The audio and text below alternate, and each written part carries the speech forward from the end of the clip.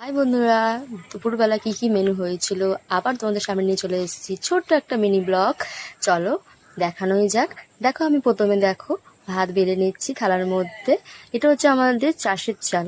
দেখো ওর জন্য কালারটা একটু অন্যরকম লাগে, যাই হোক।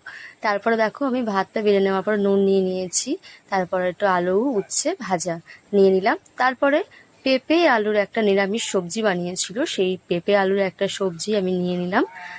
দেখ নিয়ে নেওয়ার পরে আমি তারপরে নিলাম হচ্ছে মুসুরির ডাল।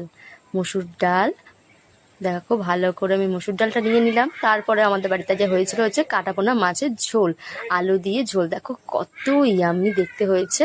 যাই হোক আমি একটা পিস নিয়ে নিলাম, কাটাপোনার দাগা পিস, একটু আলু একটু ঝোল আমি কিন্তু বাটিতে সার্ভ করে নিলাম। তারপর সার্ভ করার পর দেখো আমি হাতের থালা নিয়ে পুরো রেডি করে বসে গেছি। উচ্ছে আলু ভাজা, পেঁপে আলুর সবজি, মুসুরির ডাল আর হচ্ছে কাটাপোনা মাছের ঝোল। তো বন্ধুরা তোমাদের কেমন লাগলো অবশ্যই কিন্তু কমেন্ট করে জানিও। তারপরে দেখো আমার মা এসছে, মাকে দেখো খেতে দিয়েছি আমি বসে, তোমার দাদাও ভাইও বসে গেছিলো।